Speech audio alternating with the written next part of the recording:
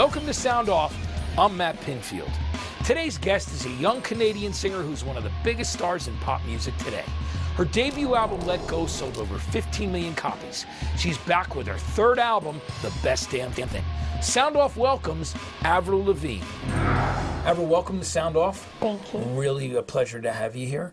Avril, we're going to start talking about everything from the beginning of your career and with you and starting out. Now, you're from Ontario. It's Yes. Belleville, is that where it is originally? Half an hour from Belleville, it's Napanee. Yeah. Napanee is basically 2.5 hours east of Toronto. It's between Toronto and Ottawa. Yeah. Really small town, 5,000 people. It's amazing Yeah. how you always hear about these small towns in Canada. It's such great talent comes out of these towns, like full bands, and then yourself and those people that come from it. There's a lot of music. There's a lot of great musical people up there. Yeah, it's pretty crazy too. Being from a small town and kind of making it big all on my own without having like my parents having hookups. It's like I did it on my own. So I it think feels that's good. cool. I think it's cool. Yeah, no nepotism there. You did that stuff on your own Yeah. completely. Now, your dad was born in France, actually. Yeah, actually, but I don't think he's ever been back. Oh, right, yeah. I'll have to take him there one day. He's French. My mom's not, Yeah. but he can actually speak French. That's the one language I want to learn one day. Yeah, and Avril stands for April, right? Yeah, And my name is French. it's French like name. April Divine, or is what Lavigne Yeah, stands something for. like that. Which is really interesting, right? Yeah. Now tell me about you started singing as a very young girl, and I know that you loved country music too, because there's a lot of country music out there as well. And tell me, did you get discovered actually by your first manager? You were singing in like a bookstore. It was kind of called Chapters, doing some country covers, or what was that? Well, I made quite a name for myself in town. I was singing at church, and I was singing at the fairs, and basically anywhere I sang at the mall. And when I was 14, I sang with Shania Twain on stage. I won a contest. That's a great story. Now tell us about Yeah, that. it's a really good story. It's so cool. Basically, my dad heard on the radio that they were doing a contest to win, to sing with Shania. So I submitted a tape of me singing one of her songs, and I was 14, and they picked me. So I went to Ottawa to the Corral Center, which is a big concert hall. massive. Like I think when it's sold out, it's about 20,000 people.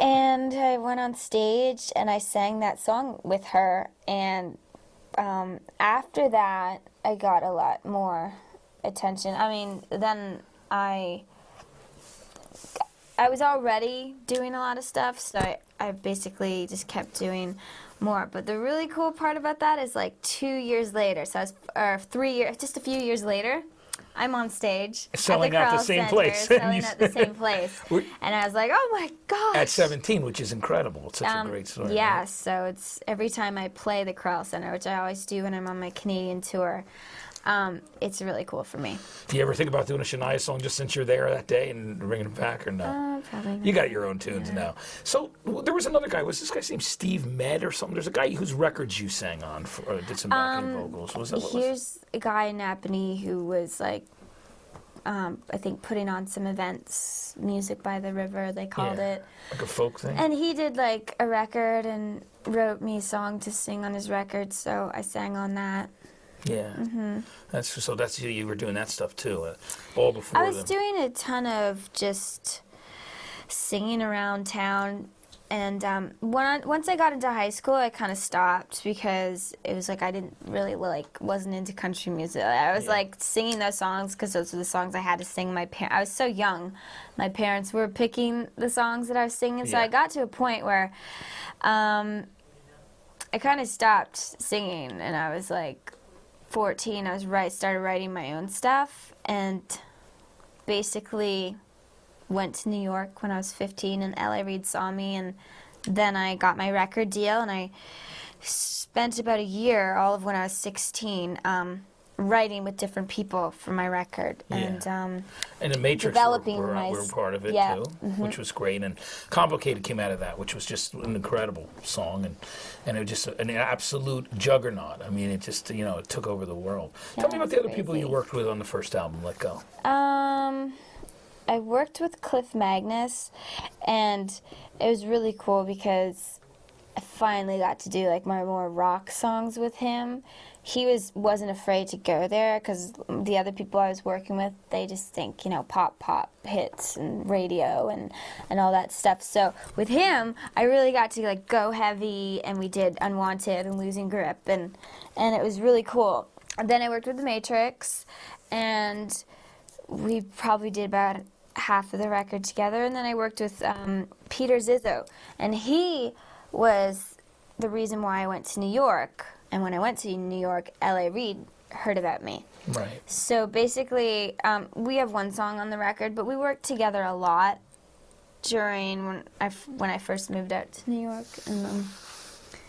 and Kurt Frasca and Sibel, I wrote with them as well. Yeah, and it's amazing. I mean, the album sold over 13 million copies. Yeah, it's I think up to about 15 now. Yeah. It's crazy. Yeah, because it keeps selling. You know, Yeah. it's, you know, a couple 100,000 here and there every year, which is a cool thing. It really is. Now, when it came time to make the second album, you ended up working with a good friend of mine, Butch Walker, who's a great writer and producer. And I know you two are really close and worked together since that second album. Tell me about your relationship with Butch and what it's like to work with Butch in the studio. He's one of my good friends now, and I first met him on my 18th birthday. We were in the studio, and I wasn't making my record. My Let Go was already out, and I had some downtime, and I had some new songs, so I had him produce Don't Tell Me and Freak Out, and a couple other ones. And basically, when I went to make my second record, we worked on those songs, and we wrote My Happy Ending together. Right. And that was like my big hit off my last record. And then I asked him to come out and tour with me and open for me.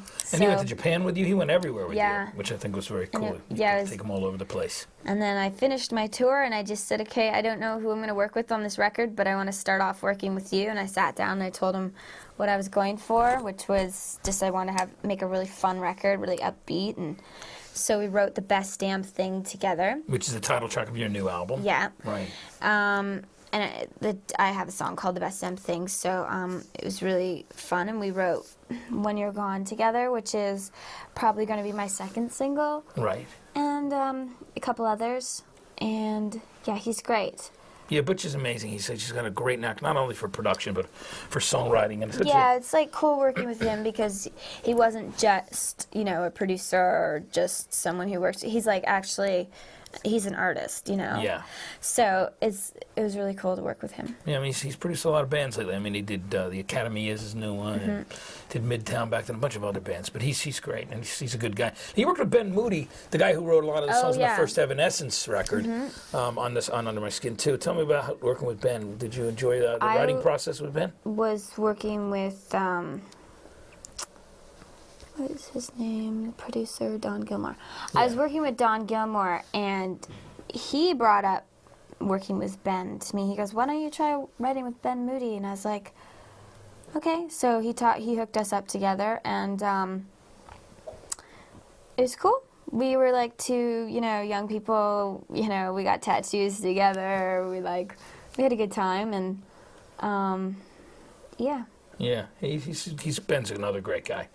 Really good guy. Waiting for his first solo record to come out. Hopefully it'll be done soon. Yeah. He's been writing a lot of songs for it. The stuff sounds very good. Cool. It's really, really cool stuff. So tell me about with the new album, with the whole damn thing. You also, Evan, who was in your band originally, wrote a couple songs on the record too. Now, Evan, was it? Yeah. What ended up happening? Well, Evan has been around. I've known Evan since my first record, and he was the original guitar player. You'll see him in a lot of my first videos. And he just basically went off and did his own thing.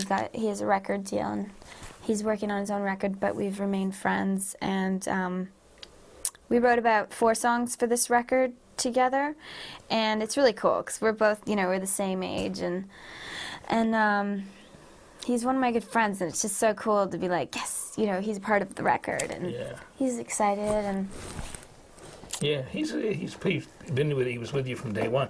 Where did you guys meet? Did you meet him originally when you came to New York? Or yes, did you, I met him when he came to kind of audition for the band. I see. And picked him. And Now, when it came, besides working with Butch Walker on the new record, you also worked with the Doctor. Who still worked, you know. Yeah, Luke. Yeah, tell me about Luke and hooking up with him, and what was that experience I like? had no idea who Luke was, and I met him, and he came over to my house, and I just basically was like, "What have you done? What do you like? How much do you know?" And he explained he told me who he's produced and worked with, and so basically, I just grabbed a guitar at my house and was like, "Okay, let's start." Like I'm so spontaneous like that, and then we pretty much worked for about 4 or 5 months together, just us, probably 4 months in the studio, and I definitely can say I had the most fun on this record, like in the studio, sometimes too much fun. Yeah.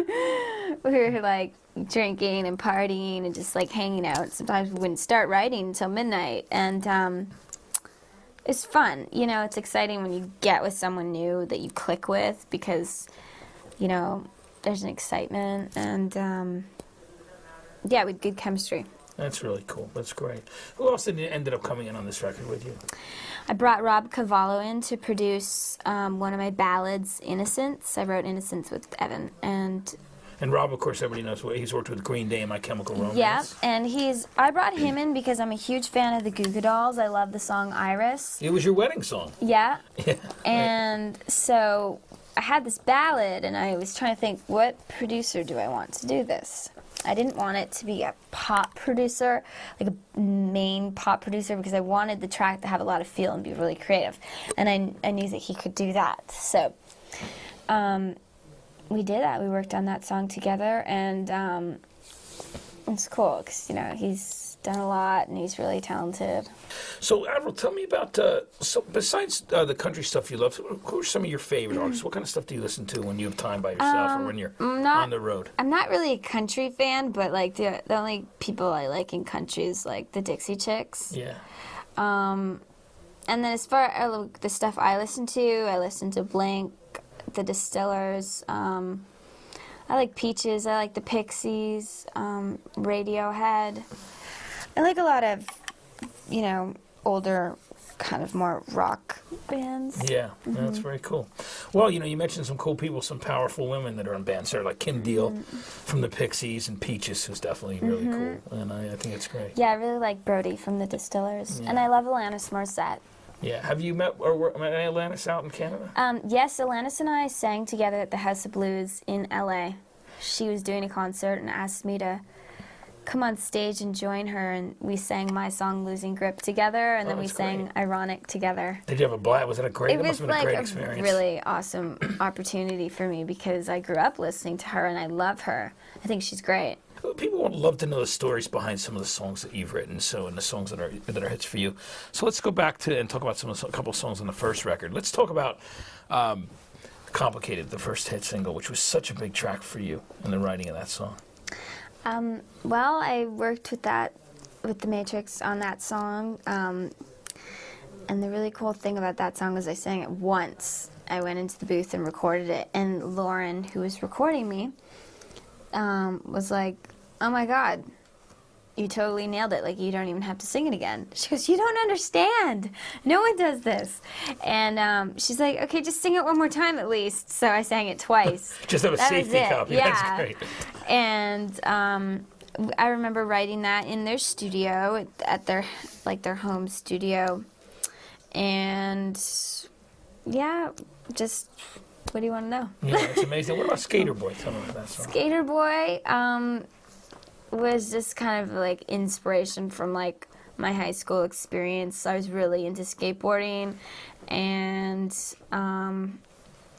you know, I was writing this with Lauren and talking to her about that and explaining that I wanted to do a really cool song that was like fast and kind of rocky. So we all worked on that together, and it's just very true, like how it is with like the preps and the skaters and all the different groups, and how people are concerned with what other people think about them, and And Skater Boy is kind of just about a preppy girl liking a skater, but she doesn't want her friends to know because he's like not in their group.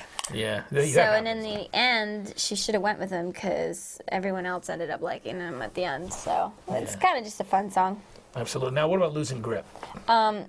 Losing Grip is just one of those things I went, lyrically, it's really kind of just deep and comes from like, you know, bad relationship experiences. I worked with Cliff Magnus on this song, and it was really good, like I said, because with him we really rocked out together. It was a dark song, and this was my favorite song off of my first record, one of them. So it was the fourth single, and when it was a single, I was really glad.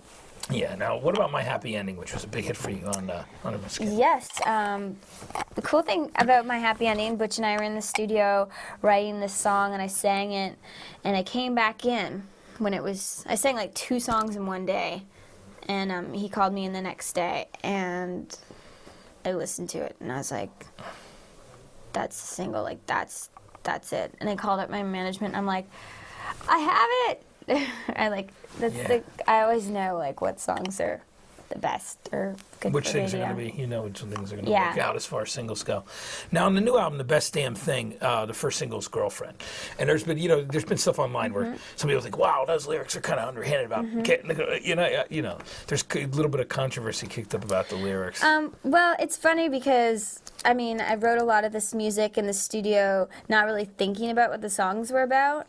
And I was with Luke, and we had a few drinks, and with Girlfriend, I was just like, play something really fast and like energetic. And so he started playing the guitar, and I was like, I don't like your girlfriend, I think you need a new one. And we just looked at each other and we're like, ooh. That's a cool song. This is funny. Yeah. What does this mean? It's really bitchy. And then we just like took that and like ran with it and just made a really bratty song. And it's like, to us, it was really humorous. We're like, oh my God. And we're like, right. It was really fun. So. Yeah, and so some fans took it literal and said, oh, that's... yeah, of course people are like, well, do you think that you should steal people's boyfriends? And I'm like, no, it's not my message. It's not a literal song. It's not serious. It's a joke. It's funny. I think most people get that. Yeah. Let's talk about, your videos are always really fun and energetic, and there's a great vibe to them. Let's talk about the video for Girlfriend. Okay, well, since my second record, for all my videos, not my first one, but like the last probably, let's see, whatever. Most of my videos, I come up with the initial concepts and pick the directors. And with Girlfriend, I knew that I wanted to dance in this video, and that I wanted to like play different characters and flirt with the boyfriend. So I worked with the Malloys again, who directed Complicated, and they also directed my song, the video for He Wasn't. And basically I play a redhead who's the girlfriend, and a brunette who's like the mean one trying to like steal the boyfriend. And there's a lot going on with that, and dancing for the first time. And was that fun? Would you be a bit nervous about it? You just said no. Oh yeah, it was weird because it was my first time, and I had to prep like 2 days before the video, doing like rehearsals for dancing. And it was actually really difficult. Like, not for me. Like, I'm a really fast learner and I'm pretty coordinated, but I realized how much time people actually put into it if they are dancing on stage. Like, that wasn't even a whole song. It was just like the bridge. Yeah, absolutely. Now, you worked with the Malloys for the third time, who are great guys. I took a surfing lesson from those guys once, which was great. They're funny. They're really cool. They like brought the humor into the video. I ran my ideas by a bunch of directors, and they didn't really get it. Like, because I wanted to be really young and funny. Yeah. And so I was like, you know what? I should talk to the Malloys, because they got that humor and Complicated with all the fun vignettes we had going on, and they came up with all the cool ideas with the go-kart and the golf, and I was like, okay, you guys got it. They understood. Yeah, and it's amazing. A lot for our viewers. A lot of people might not know the Malloys are a world famous surfing group of brothers, and they're great directors too. They do their whole thing. How did you ever hang with those guys when they were doing their surf thing, or? No. No, you should tell them. You live in L.A. now. You should go down to Orange County and say, guys, we got to go surfing sometime. That'd be a fun thing to do. Malloys are great. They did a great job of directing that stuff. Which brothers were involved in it? This one was it? Like both of them. Yeah. Yeah. Yeah, that's cool. That's great. So, all right, Avril, so what about you said we were talking about When You're Gone before. What about Innocence? Tell me a bit about this song. Innocence is a really pretty song. It's really good because it's really emotional. It's about capturing a moment in time, like a beautiful moment, like, you know, when you're really happy and just a good time in your life and holding on to it and making it last forever. Yeah, that's a good track. It really is. It's very cool. What are some of your other favorite things on the new record? I love the song I Can Do Better. That's the second song on the record. Yes. Right? Yeah. It's like, you know, this whole record has a new sound throughout it, and a bit of, you know, some new styles, and I've tried some new things, not even thinking about it. I just naturally, my sound progressed, and which is good, and you know, I think it's good to come out with some different styles, but not stray too far from your sounds. So it sounds very much like me, but I've got different beats, and I'm doing some kind of talky, rappy kind of stuff, and screaming and laughing and just like all kinds of different stuff. So I Can Do Better is a really fun song. I was wasted when I wrote it and sang it, and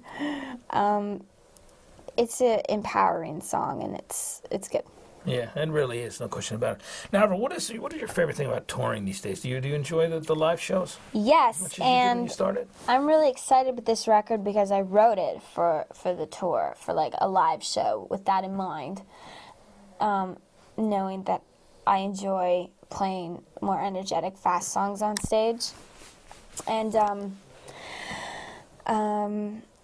I just put a new band together and a bigger band, and I just, you know, I'm bringing out these two girls dancers that are background singers as well, and at this point I'm not touring until 2008, and I've already got like this sketchbook, and I'm designing like the way I want my outfits to be and the stage and set list, what covers I want to do, what songs I want to play the instruments for, because I play drums, piano, and guitar live.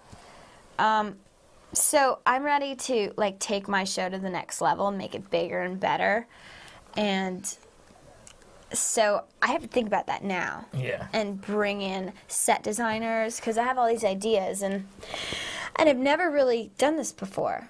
I've always just kind of gone on stage and sang my songs, but I'm ready now put all that to make it more of a show, more like a show. That'll be very cool. I love the fact that you say that you're going to be playing piano and drums on the tour, which is cool. When did you start learning how to do those things? Was it about the same time you were learning guitar, or did you just kind of pick them up? My parents surprised me and my brother and sister one year by getting us for Christmas drums, bass, acoustic guitar, electric guitar. That's totally cool.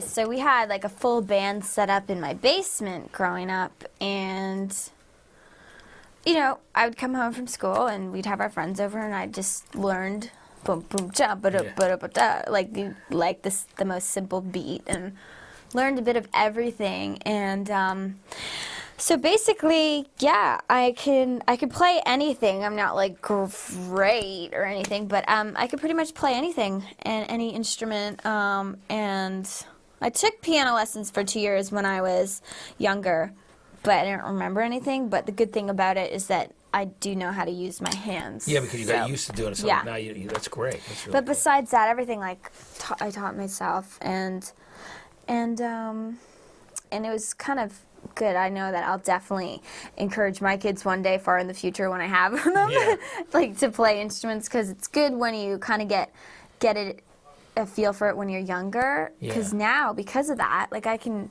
go sit on the drums and learn any song if I want, and like play bass, and it's so. And it becomes more natural because you had that exposure to it when you were young, and you had that opportunity. So. What about your brother and sister? Did they ever follow up with it? Or my brother can play guitar, but he doesn't. My sister can play keyboard, but I mean, like, they don't do it professionally or anything. Yeah. I was the one real musical one in the family. No one else was really that into it, but it was because it was singing. So I was singing all the time, and And my brother's actually playing bass in the Girlfriend video, which is cool. Oh, that's cool. You got to get him to be in it. That's great. Yeah. Did he have fun doing it? Did he enjoy it? Yeah, and he's also the same. Like, if he wanted, he could pick up and play the bass guitar or drums.